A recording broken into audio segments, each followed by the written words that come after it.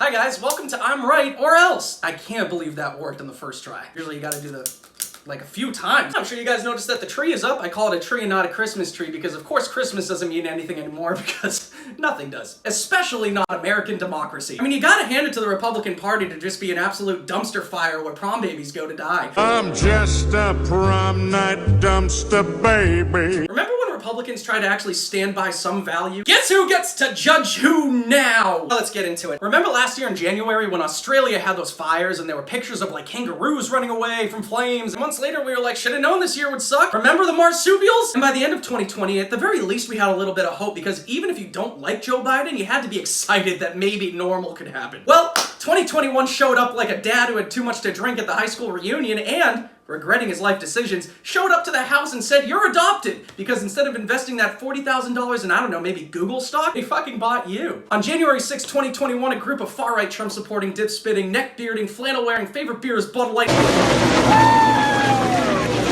and domestic terrorist unfrozen cavemen threw that new year new baby with that new baby smell at the fucking wall like they wanted to paint it red and forced their way into one of America's most sacred symbols of our democracy, the US Congressional Capitol building. Of course, why wouldn't the party of law and order try to break all the laws? Literally the day prior, Donald Trump tried to steal the Georgia election by calling on Georgia's lawmakers on a recorded line, asking them if they could find 11,000 votes somewhere. Like, how dumb can you be? Way to roll the dice on that as a Hail Mary. As if finding imaginary votes was as easy as finding warts on the underside of Magic Johnson's penis. Well, the 2021 version of Australian fires is officially the congressional building being attacked by domestic terrorists. While only 4 people were reportedly killed in the skirmish, statistics show, how were they not all killed? I mean, not just because they violently tried to take over Washington, but what gives? Not a single mask? That's dangerous. Look, when I was growing up, I was taught that if I tried to rebel against the government, they'd have drones shooting me from space. The portraits would come to life and I'd be killed by racist ghosts. The vents in the ceiling would start smoking and drop a really aggressive version of AIDS on me. My dad would get pregnant. Point is, it's supposed to be impossible. The government has so much power that if we tried to rebel, we'd be treated like daddy long-legged spiders. Completely harmless, but ew, a spider!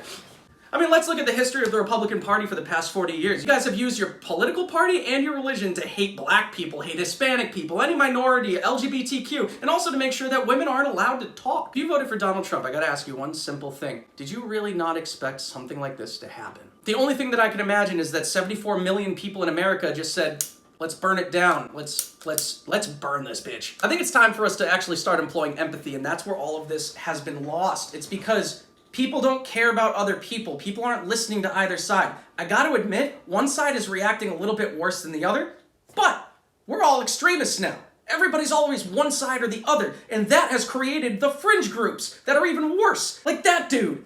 Who the fuck is that dude? But look, Republican Party, until you get your act together, I'm gonna continue wearing leggings. What are you gonna do, judge me? I'm wearing a jockstrap that says fuck on the dick. Which to this day I still argue is way less gay than voting for Trump. And it's your fault I can do that. Love you.